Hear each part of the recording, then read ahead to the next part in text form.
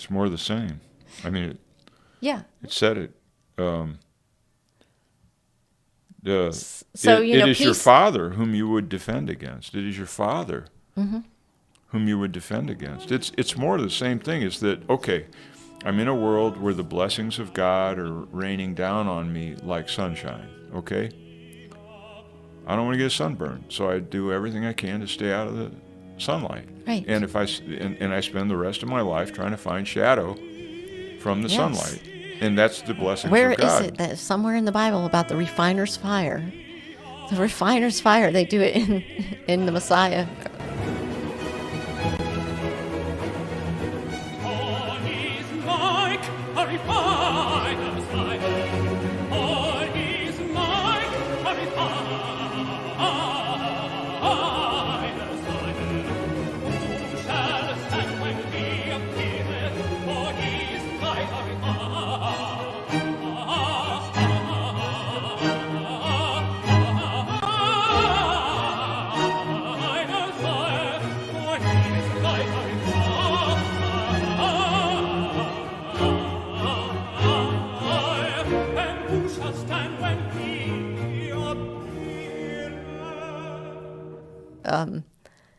The refiner's fire, the refining fire. So you have to surrender yourself into the refining fire.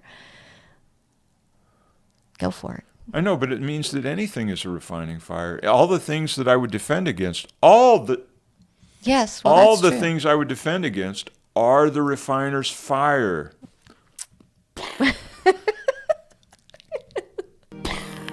Anyway.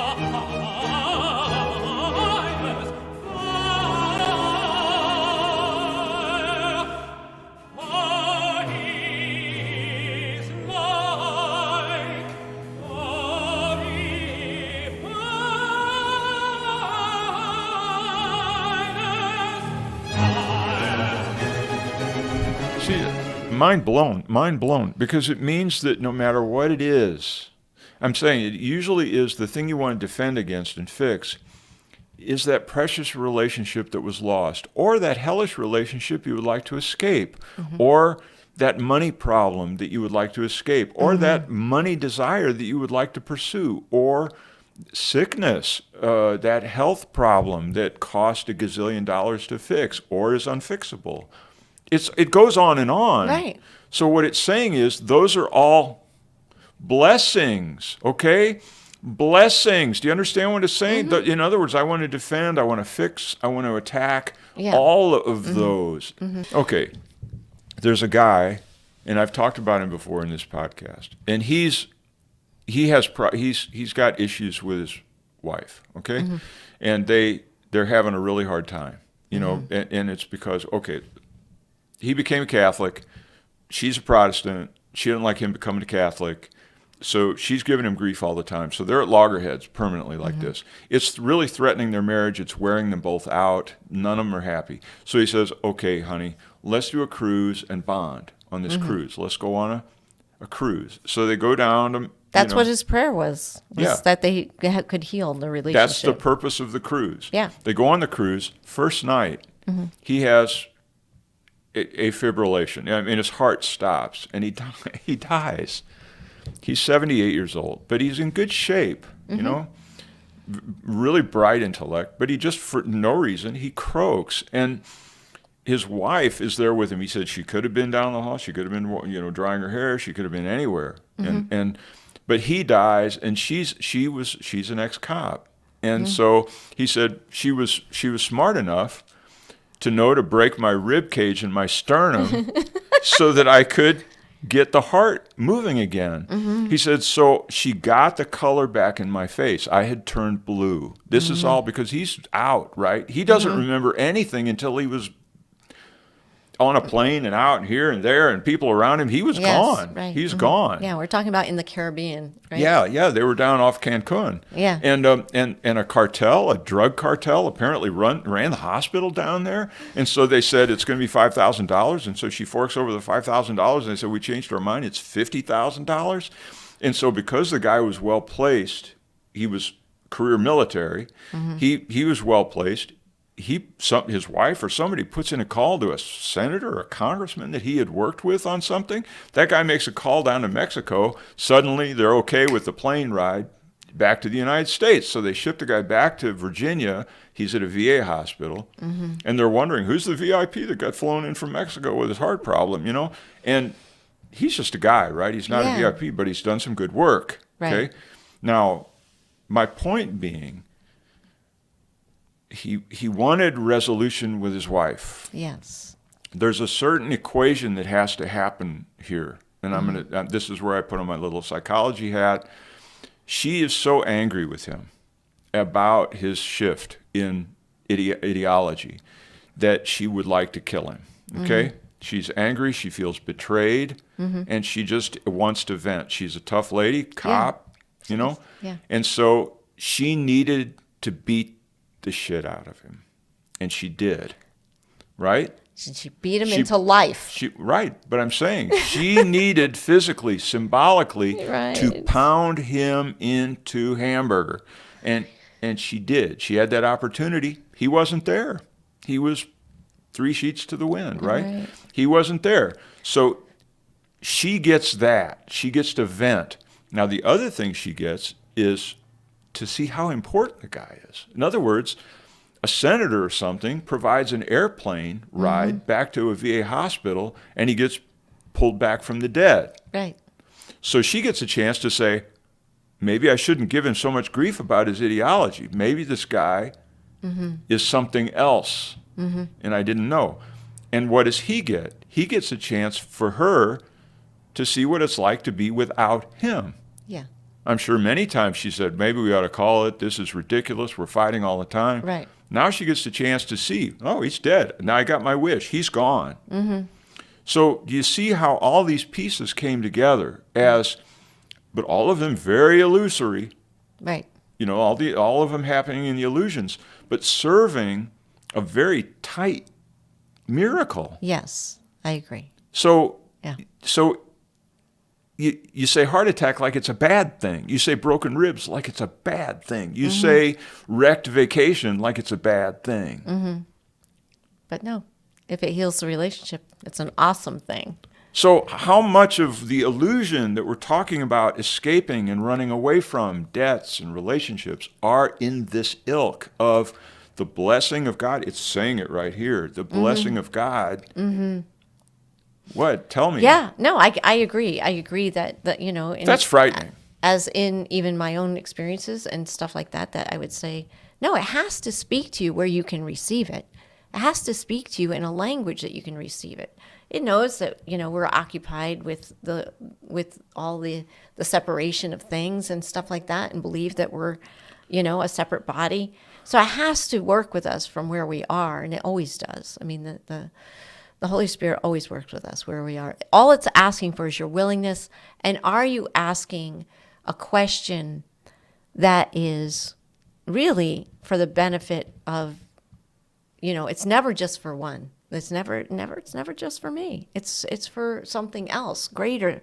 So all miracles are all inclusive. They when one receives it, many, at least one other, you're going to notice has had something that has shifted in their lives that is correct, that is been healed there. Anyway, so in this one, let's get back to the paragraph for a moment. So how can peace be so fragmented? It is still whole and nothing has been taken from it. Again, as I was describing in the beginning about using reason and everything else, wholeness cannot be divided. And peace being that is what wholeness contains, it cannot be divided. see how the means and the material of evil dreams are nothing. Yeah, because evil it can bump up against all kinds of stuff. And I can believe in evil and I can believe in the evil dreams. But peace that passeth understanding is never changed. And it's always available to me and to all. It's up to me to want to experience that. It's up to me to have the willingness to say, not my will, yours. Whatever's happening. I know, but you got out of your situation with your skin. Okay, you didn't get skinned in that situation. Right. Many people do get skinned. I mean, and then. But why? Is it? Do they have to get skinned? This is the thing of it is I don't know. I would say that if it seems like it's serving that life. In the end, the illusion has to serve the truth. Yeah, it has to serve the truth. I would say that all things. So correct me on that phraseology. In the end, the illusion is nothing, but the illusion has to serve the truth, or it remains a nightmare. Is that it? Well, all things will lead to, no matter how crazy and everything it gets. My understanding is that all things lead to wholeness again. So we can play in this world of separation as long as we want and everything else. But all of it leads back to rolling up the sidewalks of history and poof. And then it's timelessness, eternal. And that's the happy dream. It goes from time and form and everything else to a form of timelessness with form. That's my understanding. I don't know. In the happy dream. And then from there's no need for the dream anymore. I don't know what God does with all that. I'm not God. I mean, that's a funny thing. Okay, there's a line. But anyway, there's a line in the Yoga Sutras. I'll have to find it. There's a line in Patanjali's Yoga Sutras where it says, "The pain that is to come can be averted. Mm-hmm. The pain that is to come can be averted." In other words, we all got it. It's coming. There's a torpedo headed for us right now, all of us. Mm-hmm. Whether it has to do with gasping on phlegm at death or some, as I said, relationship, money, other issue that, or like this other guy I know that wasn't paying attention and walked backwards off a concrete stair and shattered both of his legs. A lot of bad dreams can happen here. Right. And that's pain that's incoming. It can be averted. How do we avert it? Now, Yoga Sutras is one tradition. The Course. That's when you rely on the Holy Spirit for making your decisions. You don't go out and make decisions on your own. Like in that instance for myself, I recognize any kind of decisions. All I could do is proceed and recognize I will proceed with the idea that I will take on the responsibility of what I have done, and whatever happens from here, if God wants to bless me, then so be it. And if not, I will take it on. So that means that I'm laying on, they say lay at the feet of the altar. It's like, well, I pretty much did. Took all the paperwork and everything else. I lay it down and I say, it's up to you. Okay, but let me do a little bit of the anatomy of your situation. Okay. So working backwards, the $20,000 debt was the spiritual, magical thinking. $20,000 debt, magical thinking about money and your value as a whatever New Age priestess or whatever the hell you want to call it. And she's not that way. But I'm just saying it's shorthand, right? Yeah, I'm using it as shorthand. Yeah. A poorly selected or discerned relationship that went on for a long time. 12-year relationship that might have made. Maybe that wasn't, and that was right after the enlightened experience. Right. So there was the mistake of thinking that the enlightened experience opened the door for the spiritual relationship, opened the door for a magical relationship with the material world. Yes. Opened the door for $20,000 in debt, opened the door for being served your papers. Yes. Okay? That was the anatomy of that situation. At any point along there, could you have bailed and saved yourself the pain of the long relationship, the delusion about this, the delusional relationship with the material world, the journey into poverty, these things? Was there any point? I'm going to answer my own question, then I want you to answer. My answer, I want to answer it first. No. No. Reality is that where you were and how that was, even though in theory you could have bailed with discernment on the relationship, you could have woken up about the price of that relationship on your physical resources. You could have woken up, but you did not. Okay? Because that's not reality. That's why it happened that way. So that, in other words, this guy, was there a world, theoretically, yes, that he doesn't have to have all his ribs broken. Yeah. But the reality of healing probably involves the ribs. Right. And as the Course says, it's all just a matter of, it's trying to save time in your awakening. It's trying to actually avoid these things that we go through in order to learn, that we are not little, that we are not these things. A lot of mine was littleness, believing in a littleness about myself and everything else, that I allowed all that to happen. So, yeah. I mean, everyone, to break out of a pattern of things and everything else, of thought, sometimes it takes forever, and sometimes we don't get there in a lifetime, of either, littleness and grandiosity are the same thing, of the same coin. A person who goes about their life in grandiose ways is usually thinking very little of themselves also. And a person who goes about very little ways and everything else. I know, but analysis, I'm not going to say analysis is paralysis. I'm going to say analysis doesn't get you anywhere. Right. But the Course says, until I can see myself as not that little thing. In other words, that I do have mighty companions. Okay, at least I have to recognize. Okay, I know, but you were in a spiritual relationship, and you guys believed within the dream of that situation that you were called to be teachers. Right. Yeah, teachers. Influencers in the holy sense. I'm just saying you're in a good spot to talk about it. Right. But, so long as I stayed little in the relationship and allowed myself to... Did you know you were little? Or is that in pretty retrospect? little. Is that in retrospect? It's in retrospect. You didn't know you were little, or did you? I just felt little a lot. I didn't feel whole. I didn't feel good a lot. But you thought that was the purification. Yeah, I did. I did believe it was the purification. I thought it was the purification of my ego. I'm trying to save us pain here. This is why I'm wearing this thing out. I want to save us pain. Me. Okay? Yeah. Me. I want to save myself pain. Yes. The pain that is to come can be averted. I have unresolved things. I have things that I choose not to look at, choose not to deal with. And they can be in things that are radically unrelated. Right. Like in the example I gave you of the cruise trip and stuff like that, I happen to know that littleness plays big in that story in terms of the guy. It really had a distorted sense of his smallness, a distorted sense of his smallness based on early childhood. Right, and he's done great things. Yeah, he's been quite heroic in several areas, but that doesn't take away from his feeling. No, I know. No, it's I understand exactly.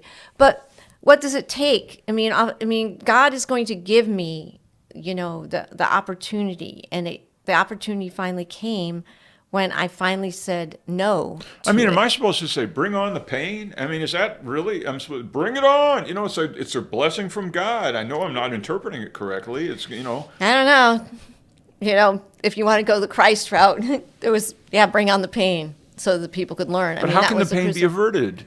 How can it be averted? Yeah.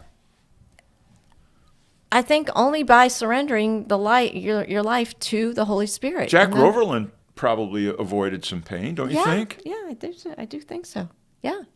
He substituted. I think he ended up living a very good life.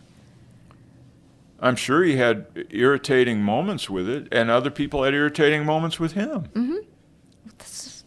So what? Occupational hazard. For being separate. Unity minister, right? No, for just being a human. Wow. Do I have paragraph 4? Yes. Remember, though, I mean, we didn't really discuss God, this this makes last me want to cry. Anyway, how weak is fear? How little and how meaningless? How insignificant before the quiet strength of those whom love has joined. This is your enemy, a frightened mouse that would attack the universe. How likely is it that it will succeed? Can it be difficult to disregard its feeble squeaks that tell of its omnipotence and would drown out the hymn of praise to its creator that every heart throughout the universe forever sings as one? Which is the stronger? Is it this tiny mouse or everything that God created? You and your brother are not joined together by this mouse, but by the will of God. And can a mouse betray whom God has joined? I'm still getting this idea that this squeaking mouse is my complaint about pain. Yeah. That I don't want to feel pain. Right. Yeah, it's a fear. Yeah. Yeah, I would say that that's true. I would say that that's true. But once you say that God only has your best interests in mind, only the best. So whatever it needs to be, you surrender into it and say, have at it. Now, most of us won't because we're afraid that we're going to be crucified because that's the image that we have in Christianity, you know? Who's the frightened mouse? Say something about what you think about this frightened mouse that's squeaking about the universe, attacking the universe. The frightened mouse, though, is the very thing that keeps us separate from each other all the time. It's just that I believe that my judgments are accurate about myself, about the world, about others, and everything else. I have an individual thought system, supposedly. And so I think that if I think that goes away, then the ego goes, then what am I? You know, and it freaks out because it means that it's nothing. And that's the thing that occupies as the personality, as the thing that thinks it is real. And so there is fear in that. But once you recognize that you have literally mighty companions that can go with you, however you want to line them up. I like to line up a lot because, you know, I've got a Catholic background and therefore I can call on St. Michael, St. Christopher. I can call on Jesus, Mary, and Joseph. I mean, you name whatever ones you want. And so you have whatever at your disposal to call upon. If you just want to forms. You're talking about forms that you can to me, the reason why the Course is good is because it doesn't leave Jesus out. It doesn't use his name all over the place, but it doesn't leave him out. He's in almost every paragraph at the end. And it also says that, you know, you're never alone. So if I'm never alone, then I have something that I can always rely on to get me through the next thing. So let's say, you know, you surrender your life to God and you really, really, really mean it. And you say it really with a lot of gusto. And you wait and you see, and then it seems like things are getting kind of chaotic. And you go, I don't know about this will to God and everything else. But if you know that it only has your best interest in mind, it only wants you to be able to be free. Ultimately, it wants freedom. Freedom from the trap of the illusion. What wants freedom? God wants you to be free, wants to recognize your completeness with him. That is freedom. Freedom is is remembering that you've never left home. I'm going to return to that passage that you said was in the lesson, which is, I ask, who walks with me? Right. 1,000 times a day. Right. Which comes out to about, you know, there are 900 minutes in a day, we figured out, more or less, a waking day. So just say at least once a minute. Yeah, at least once a minute. And once a minute I have to say, who walks with me, you know, continuously. Because pain, I think, builds up. It starts small and subtle. It begins small and subtle, and picks up critical mass until it results in epic upheavals. And in some ways, a misinterpretation of myself being a strong person, and I keep taking that pain in doses and saying, well, it's my burden, it's my burden, it's my burden. Eventually, I ended up with a whole piano on my back of pain. Right. A piano of pain. Yeah, basically, that's what I did in the prior relationship. Yeah, it's my burden. You were Yeah. strong enough to take it over and over and over. Yeah. But if I can take seriously the first pains, and have that partnership of who walks with me, with the first pains, I can lead a peaceful life. Now, take this the boat thing that sort of went good or bad, however you want to look at Yeah. it. Okay. Yeah. The heart attack. If let's say he decided to work it out in regular terms, let's say just psychologically, or let's say he goes to a therapist or whatever, and he's trying to work it out or whatever. But whatever it was, there's not a commitment within him to work out this loggerhead situation with his wife for whatever reason. And there might even be a secret desire within him that their relationship fail so that he can move on or be free of her, and that she has the same idea. Because relationships are messy, they're hard. You got to live with another person. You got to deal with them going south. And so if he had done that, the pain, I would say, the pain of separation from her, the pain of separating their material things, the pain of the fallout from that, the pain of the complication of the kids and whatnot, how does that balance against cracked ribs? Like this, and a heart attack. The heart attack and the cracked ribs is wham, bam, thank you, ma'am. You get it all over with at once. The other is a lingering difficulty. Right. It's a lingering difficulty. Right. Now, if I take my own situation quickly, because I can hear my own story in there to some extent of my marriage, right? My prior marriage. I'm sorry to get into this. I'm sorry it's bringing me there. What the hell? Anyway. We're talking about the feeble squeaks of the mouse. The feeble squeaks of the mouse, right? So now I went through those things, and I went through the therapist, and I went through this and this, and I had a secret thought within myself that I can't resolve this relationship. I had too much anger built up within me to be able to just acquiesce, to just go with what this is appearing. I saw whether I fought it or whether I gave into it.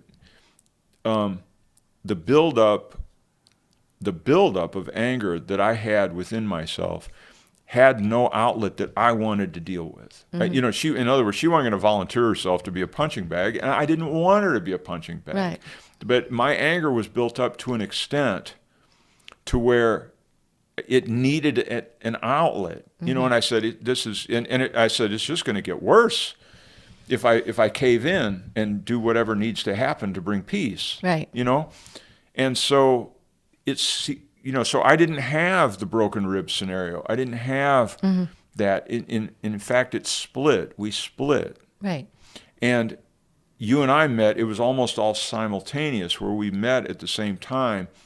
And so I'm going to say that it's not that the magic or the miracle isn't, let's say, necessarily that this guy solved his relationship with his wife. I don't think that's the miracle. The miracle would be that truth is revealed to all parties. Right. Truth is revealed to all parties. It doesn't have to do with saving forms. Right. And I would say that... And that's true of the pain question as well. It has to do with truth is revealed, and not whether pain is avoided or not. It's whether truth is revealed. I agree. Yeah, I agree. So is there anything... I'm getting completely sidetracked with stories. Not totally sidetracked. Okay. Anyway, can it be difficult to disregard its feeble squeaks and tell of its omnipotence? So all of this is just asking us, which is stronger? Is it the tiny mouse or everything that God created? You and your brother are not joined together by this mouse, but by the will of God. And can a mouse betray whom God has joined? So even playing off our past relationships and everything else, the fear that was in there, of it was staying together with these other people and everything else, it got resolved actually in saying it needs to be dissolved. It needs to be dissolved because I grew, he grew, the other person, all parties benefited. Truth was revealed across the board. Truth was revealed across the board. And experience was fulfilled, and truth was revealed across the board, right. I would say. Yeah. I think it's safe. Yeah, I think it's safe to say. So in that respect, fear was now finally, your fears of what you were needed to do by trying to save yours and me as well. It went away. And it's like, no, I think there's a bigger plan. I think there's a better plan for all. And so you and your brother are not joined together by this mouse, but by the will of God, and can a mouse betray whom God has joined? All of those perceived separate relationships are not separate, although we've all perceived to go away. My healing is my ex-partner's healing. Your healing is your ex-partner's healing.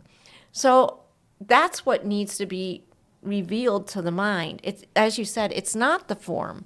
It is how it plays out for the miracle in me is the miracle in the other as well. So whenever I experience... Truth is always shared. Yeah, truth is always shared. So if I experience... And fear is not. If I experience resolution... Yeah. The other will experience resolution, and all parties involved will experience resolution, whether the forms seem to support it in the immediate or not. Right. Yeah, that's the way I think it works, because it's still all one. I know there's so many parties involved and everything else, people, what appear to be people. But they're all brothers, and they are all... We've never separated. It seems as though, one comes and one goes, and one comes and one goes. But the whole is still the whole. And the Christ in me is the same as the Christ in the one that I thought I left. Okay? It's impossible. It's impossible. It's all the same. So anyway, I think that's the main thing. Which is stronger? The stronger is God, what God created. Form has to serve put it this way, form will serve the truth until it dissolves. And as long as form is serving the truth, it will stay intact. And when form serves the truth by dissolving, it will dissolve. And that form meaning a marriage, a solvency, a health concern. Yeah. Business partnerships, whatever kind of partnerships. Truth wants to be served. Truth wants to be served by that form. So let's say I have a nagging pain, that just, it's like a nagging pain. It seems to serve no purpose. Mm-hmm. Until I bring my focus around that nagging pain, let's say nagging shoulder or hip pain or something like that, or other pains, people pains.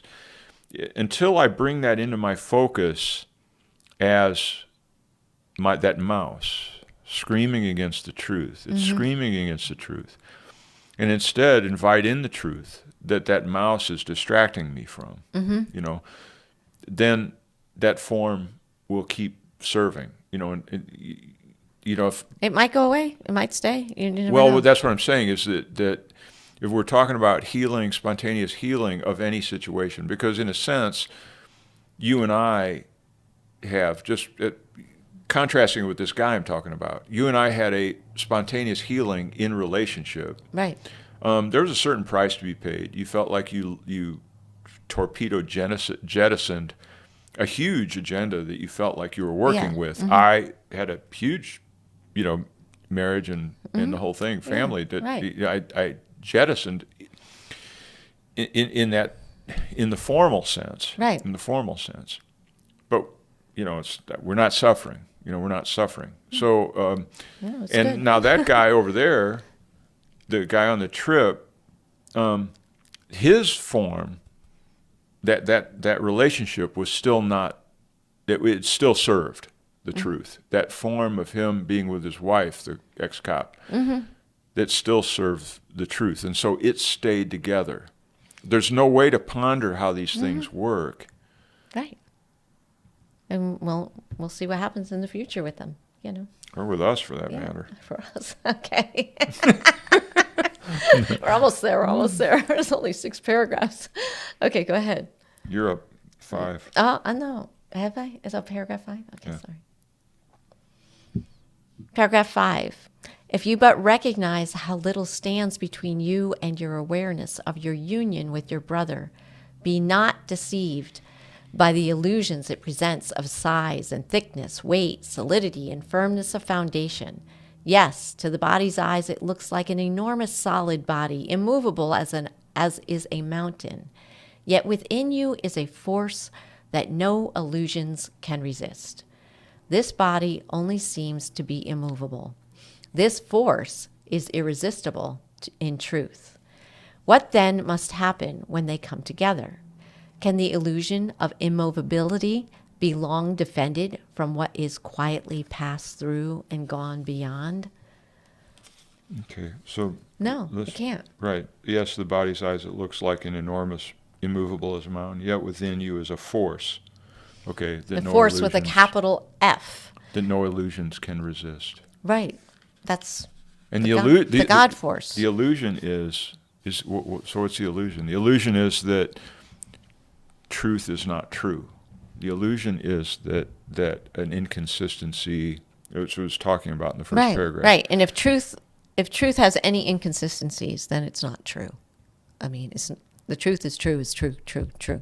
You know, there's no opposite. So if I have a persistent pain, that can be real. Mm-hmm. I use that because, persistent pain can be real of any kind. Mm-hmm. It's bothersome, irritating, distracting. It occupies your mind fully, like Mm-hmm. that squeaking mouse. But it doesn't seem like a squeaking mouse. It's resonant, huge, that voice of pain in whatever form. So what I'm hearing is that pain is all things are echoes of the voice for God. As long as I'm accepting it as a wall between myself and the truth, then it's going to persist. Yeah. In other words, it's not a wall. In other words, I'm worshiping the pain in whatever form. I'm worshiping it as a wall against the truth. I know that I'm whole. I know that I'm healed. I know I'm the Son of God. I know all this. But you know what? That hip pain is really putting a damper on that truth business. So so I have worshipped something that has the power Right. to threaten my wholeness. True. Is that right? Yes, that's true. And so what's the relationship of a persistent pain with the acceptance of the truth? What do you think? Well, the thing of it is anything that is causing fears, discomforts, upsets, and everything else are the opportunity to lay it before the altar. Not put it on the altar. I mean, I know it's like it says clear off your altar, but this is where I'm saying I'm actually bringing it to the Father. I'm saying, these are my burdens. It says, give me your burdens. My yoke is easy. To make my burdens light. Well, this is my semantic difference has always been this. Let's say I have that pain, that nagging pain. I take that nagging pain and recognize, not bring it and put it on the altar, but to recognize it is on the altar. Right. That nagging pain in whatever form it is on the altar, and that you have to invite the Holy Spirit to clean off the altar. Mm-hmm. Yeah, you can't do it by yourself. And that's the reinterpretation of the nagging pain in the yeah, service to think of that truth. I mean, otherwise I'm just using my ego to try and solve a problem. There's no... And you can't kid yourself. In other words, if I still feel the nagging pain, I'm afraid that's not truth. I mean, now it may have to drag you back to that scenario again and again. I don't know. What do you say? Well, the thing of it is that sometimes pains don't go away. Right, I mean, exactly. sometimes things don't happen. It's just that You can't snap your fingers and make it go away. Who am I identified with? Has to be the question. Who walks with me? So the Son of God walks with me. The Christ walks with me. Jesus walks with me. However you want to name that thing that is part of the all of everything. It doesn't mean that pain is going to go away. It means that I have a resource to help me get through whatever the next thing is. God, if you were to look at the stories of the saints and martyrs and stuff like that, they suffered. That's what makes them a saint. But those that were burning at the stake were still praising God or whatever it was. You know what I mean? It's like, where am I aligned with? Okay, but I'm going to analyze that slightly, okay? Because that's a famous, I'd say, factoid, misnomer, I think, that the saints need to suffer. That No, they don't Wait, that suffering is a part of the life of the saint. Because there are many Hindu saints and Buddhist saints that have nothing to do with suffering. In other words, the Buddhist saints suffer because their butt hurts. Yeah. And their butt hurts because they sit all the time. Okay, that's the nature of the suffering of a Buddhist saint. Their butt hurts. And that's like Milarepa. When the guy says, well, by what authority? And he turned around, he lifted up his drawers and said, take a look at that butt. You know, and that's what he said. And it's like, wow, that's awful. That's because that's from sitting. Okay, that's the Buddhist suffering. The Hindus, they don't notice theirs. They're kind of hanging out, whatever, reading the newspaper upside down, whatever it is that they do in their world. And they'll have an illness, and they'll have this, and some complain. Ramakrishna complained about his cancer in the arm, and Ramana Maharshi didn't, or throat, and Ramana Maharshi didn't care about the cancer in his arm. You know, so that, but theirs is the invisibility of their suffering. They don't care about it, and most of them don't. Most of them die dancing or something. You know, they don't really. And the Sufis, you know, same thing. Suffering isn't a part of it, but in particularly Catholic circles, and I would say Christianity at large, is suffering because we've misinterpreted Jesus as being the first sufferer and establishing suffering as the way to sanctity. Right. You know, that's a misinterpretation that we view. That's not what brings the holiness, I don't think. But it takes we got to pull it apart, and that's why so many saints suffer. Is because they believe that suffering is a required aspect of the life of Christ. You got to suffer. You know what I'm saying? Yes. And so it's not, suffering isn't integral to holiness at all. No, I mean, there's a whole section that Jesus said that we misinterpreted his entire crucifixion in the Course. But at any rate, let's get back to the words, because I'm getting... Yes, to the body's eyes, it looks like an enormous solid body, immovable as a mountain, yet within you is a force that no illusions can resist. So, this is where that alignment is. That force with a capital F is what I need to align with in order to remember who I am. This body only seems to be immovable. This force is irresistible in truth. What then must happen when they come together? It means that the illusion of the body goes away. Can the illusion of immovability be long defended from what is quietly passed through and gone beyond? So the immovable object, me as perceiving myself as a body, has no resistance except in my mind or whatever to that which is all pervasive. It's everywhere. My daughter, I was talking to her. No, my daughter was talking about this. It's such a great phrase. I was talking about this, my old relationship. You know, and she's my daughter. You know, I was with my ex, and she goes, "Well, Dad, it sounds like an example of an irresistible force moving an immovable body." Or you know, something. Immovable object. An immovable object meeting an irresistible force. She told me that. And so my question for you is, what happens when the irresistible force meets an immovable object? It goes right through it. No? An irresistible force? You're going to have to give me a description. Moves an immovable object. I don't know. I mean, if the object can't be moved, it neutralizes the irresistible force.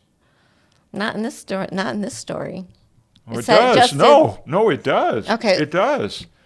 Because which is the immovable object? You've got to declare one of them. You have the choice at your little crossroads. You have to make the choice of whether that force is irresistible or not. You make the choice of whether that object is immovable or not. You make that choice. In other words, you cast your lots in the I mean, I think it's just because, I have to use objects and stuff like that at any rate. So my perception of my body as this is who I am is the immovable object. right. So regardless of it's okay, let me just go back here. What then must happen when they come together? This irresistible force and what is the body only seems to be immovable. This body only seems to be immovable. Can the illusion of immovability be long defended from what is quietly passed through and gone beyond? In other words, they are of a different. One is not form. One is spirit and everything, and it can pass right through the immovable object. The immovable object doesn't matter. I know, Joanna. Okay. So here we go again. This is asking a question. It's not making a statement. Okay. And what's the question? Can the illusion of immovability be long defended from what is quietly passed through and gone beyond? What's your answer? Can it? No. That's your answer, but what if mine is yes? Yes, it can be defended for a very long time. It says in the Course, billions and billions of years. Okay. Well. You know what I'm saying is we got to, in the end, I have a decision Yes. of where the power is. Right. Is it in my choice to be an object? Oh, right. Well, Is that my choice? Jack Groverland? Is it Yeah. his choice? I am the immovable object. I am the criminal. I am the this. Yes. I'm the one that's the center of the universe. Right. Or he just says, wow, movable object. yes. Exactly. Exactly. That's what he said. Yeah. Movable object. Right. So I've got to make a decision whether the pain in the hip and everything else is movable object. Good I point. Yeah. got to make a decision. All right. I can go with that. All right. Anyway, paragraph 6. Wow. Forget not when you feel the need arise to be defensive about anything. Yeah. You have identified yourself with an illusion, and therefore feel that you are weak because you are alone. This is the cost of all illusions. Not one but rests on the belief that you are separate. Not one that does not seem to stand, heavy and solid and immovable, between you and your brother. And not one that truth cannot pass over lightly and so easily that you must be convinced, in spite of what you thought it was, that it is nothing. Nothing. If you forgive your brother, this must happen, for it is your unwillingness to overlook what seems to stand between you and your brother that makes it look impenetrable and defends the illusion of its immovability. Hip pain. I'm using that because we're totally willing. I'm totally willing to live with my little sins, my little problems. I'm totally willing. Can I notice that I have put that on the altar, and that I'm sneaky, and that I just keep on referring back to it. And So who or what do you need to forgive? Because this has to do with forgiving and well, we looking go back past. to the crossroads talk that we gave in the last one. Remember the Okay, crossroads? yes. It's like that you and the brother lift up the veil so that Christ's face can be revealed. And I gave that little spiel about the two sides of the brain and whatnot. And this has to do with that partnership between the doer of all things and the planner of all things that exist within my own cranium, and who they're siding with and how all that works out. Okay. So go into that with if you forgive your brother, this must happen. Okay. And not one that truth cannot pass over lightly and so easily that you must be convinced, in spite of what you thought it was, that it is nothing. If you forgive your brother, this must happen. That you recognize the nothingness. Okay, if I guess where I'm going with this, because I'm still working on it, right? Right. Still working. If I have a chronic situation, and it could be zest for life, it could be whatever my chronic situation is, where I've decided that this is just my little cross to bear, my little foible, my little issue. as long as I allow that lack of joy to be on my altar as a focal point, well, yeah, sure, God's this and the world's great and the Course in Miracles is wonderful, but by God, that hip pain, or by God, that lack of a zest for life. Or by God, that brother who won't change. Anything. And that I'm Yes. using all those are the brother that won't change. Okay, that's what you needed to define. Okay. All those are the brother that won't change. All right. In other words, my mind looks in at my body to be specific, and it says, it won't change. It won't get better. It won't live forever.